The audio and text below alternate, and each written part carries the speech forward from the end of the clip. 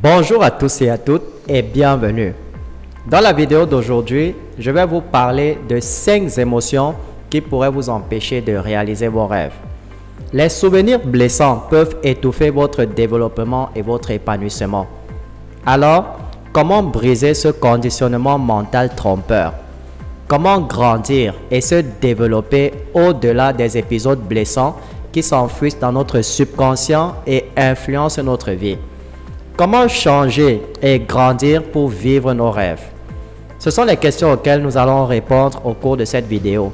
Mais avant, prenez un petit instant pour vous abonner à la chaîne si vous me regardez pour la première fois et pensez aussi à activer la cloche de notification pour être informé des prochaines vidéos. Et retrouvons-nous juste après pour la suite.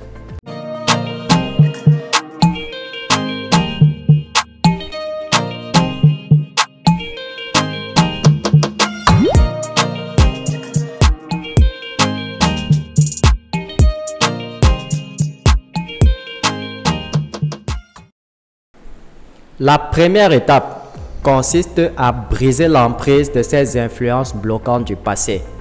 Reconnaissez-les, puis débarrassez-vous-en ou simplement transformez-les en une force positive qui vous pousse à aller de l'avant au lieu de vous retenir.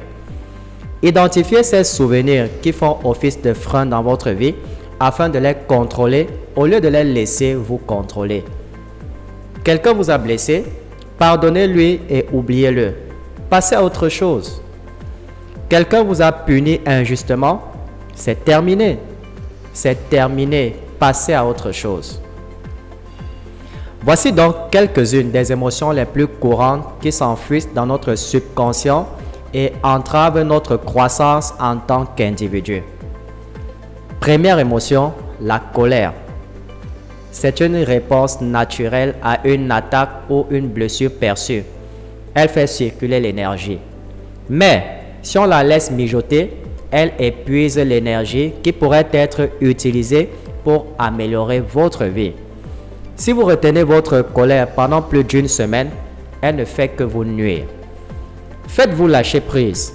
Imaginez-vous en train de la jeter. Apaisez votre esprit.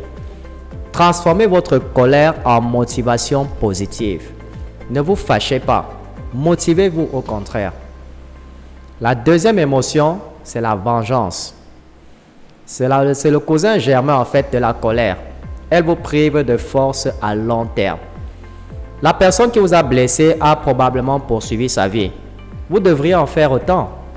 Ne laissez pas la blessure vous blesser davantage en empêchant votre croissance. Perdez-la ou utilisez-la.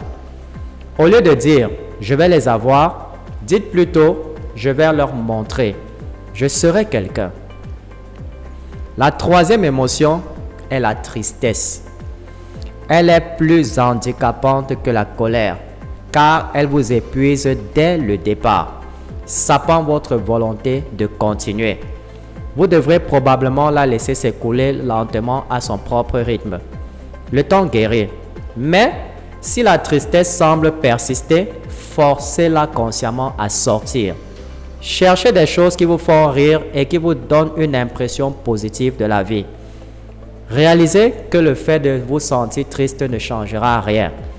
Recherchez la paix de l'esprit parce que c'est votre droit.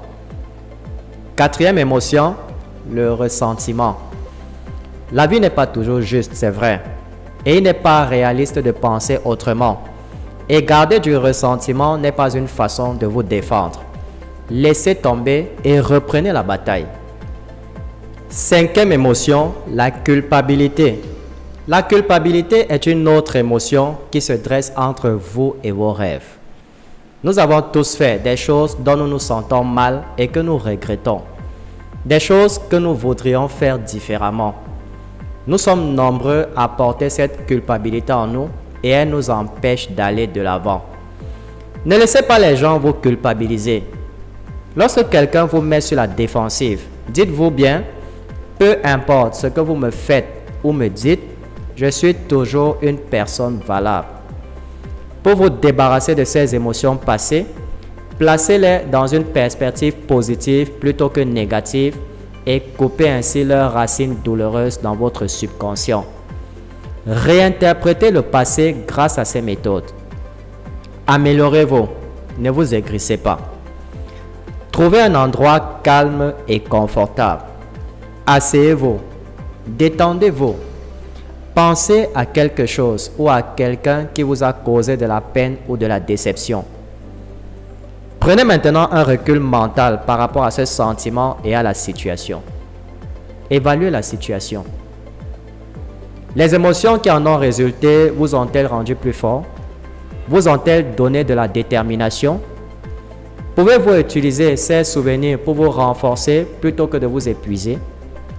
Pourquoi donc les laisser vous blesser davantage? J'aimerais que vous méditiez là-dessus. Ceci marque la fin de cette vidéo. Si elle vous a plu, mettez-nous un petit pouce levé, partagez la vidéo et abonnez-vous à la chaîne pour plus de conseils. Je vous souhaite beaucoup de réussite dans votre vie et on se retrouve très bientôt dans une nouvelle vidéo.